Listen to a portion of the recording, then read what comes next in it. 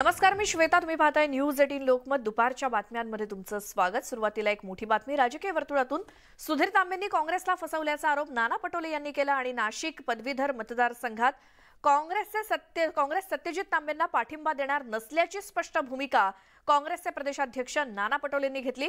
काल झालेल्या घडामोडींचा अहवाल हायकमांडला देण्यात आला असून तेच पुढचा निर्णय घेतील असंही पटोले म्हणाले.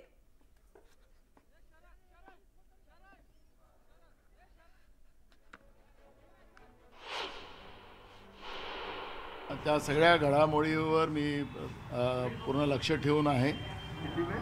आता जवळपास त्या सगळी रिपोर्ट आम्ही हायकमांडला केलेली आहे. आज जवळपास त्याच्यावरचं हायकमांडकडून आम्हाला काही निर्देश येतील त्याप्रमाणे कारवाई करू. पण बंडखोर उमेदवाराला काँग्रेसचा पाठिंबा राहणार नाही. कोणाचं व्यक्तिगत नाही. आम्ही पक्षाकडून डॉक्टर सुधीर तांबे यांना तिकीट दिली होती. सुधीर तांबेंनी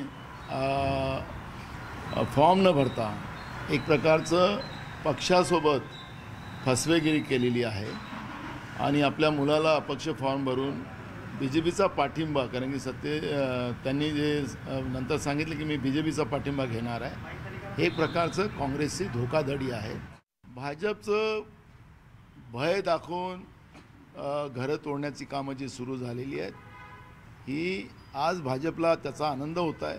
कारण की आम्ही त्यांच्या प्रमुखांचे काही वक्तव्य जेव्हा ऐकतो, दुसऱ्याची घरं फोडून कसं त्या आनंद साजरा करतात तेही आम्ही पाहतो आहे.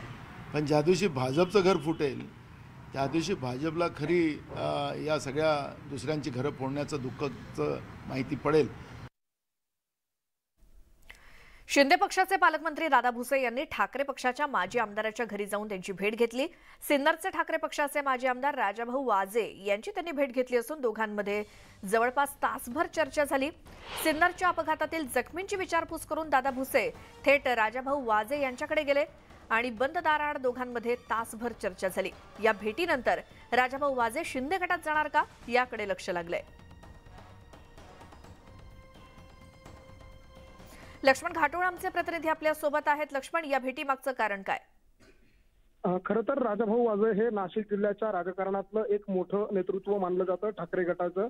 अर्थात सिन्नरचे ते माजी आमदार देखील राहिलेले आहे. जिल्हा परिषद असेल, पंचायत समिती असेल किंवा सिन्नर नगरपालिका असेल, या ठिकाणी त्यांचं मोठं प्रस्थ राहिलेलं आहे.